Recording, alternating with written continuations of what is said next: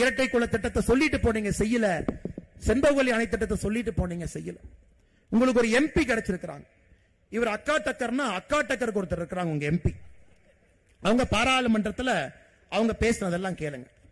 தென்காசியினுடைய பாராளுமன்ற உறுப்பினர் அருமை சகோதரி அக்கா ராணி ஸ்ரீகுமார் 23 கேள்வி கேட்டிருக்கிறாங்க. 23 கேள்வி பாராளுமன்றத்தில். சரி, ஏதாவது நம்ம ஆனந்தன் ஐயாசாமி சகோதரர் சொன்னார் வேலை வாய்ப்பு இல்ல, அதை பத்தி கேள்வி கேட்டாங்களா? இல்ல. விவசாயத்துக்கு பிரச்சனை கேள்வி கேட்டாங்களா? இல்ல. அவங்க கேட்ட கேள்வி படிக்கிறேன் பாருங்க. இந்தியாவிலே சூனியம் வைக்கிற பழக்கம் அதிகமாயிருச்சு, மத்திய அரசு என்ன நடவடிக்கை எடுத்தீங்க? சூனியம் வைக்கிறவங்க பாக்குறதா நம்ம வேலை, மோடி ஐயா வேலையா? யோசிச்சு பாருங்க.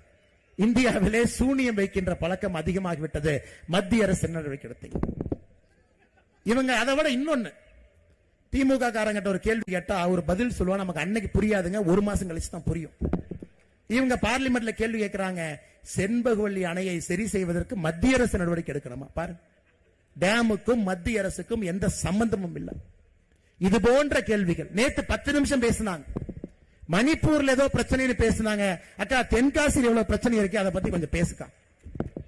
வேலை வாய்ப்பு சகோதரர் சொல்றாரு 1.5 லட்சம் பேர் பதிவு பண்ணிருக்கிறாங்க, வேலை வாய்ப்பு அதை பத்தி பேசுங்க. விவசாயம் பொய்த்து போய் கொண்டிருக்கிறது, அதை பத்தி பேசுங்க.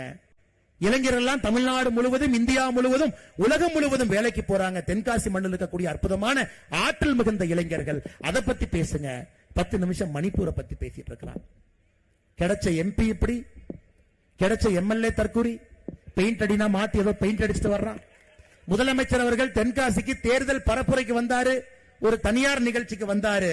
அதை தாண்டி ஒரே ஒரு முறை மட்டும் தென்காசி பக்கம் எட்டி பார்த்துட்டு போனார். 8/12/2022 அந்த பொதிகை ட்ரெயின்ல அவரே ஒரு தண்ணி பெட்டியை போட்டுக்கிட்டாரு. ஸ்பெஷல் ட்ரெயினாமா, ஒரு ஸ்பெஷல் கம்பார்ட்மெண்ட் ஆமா. யாரோ கை கொடுத்தாங்க, உடனே சானிடைசர் எடுத்து கைக்கு போட்டாரு, கிளவ் போட்டாரு, பேண்ட் பாக்கெட்ல விட்டாரு. பாட்ஷா படத்துல வந்த மாதிரி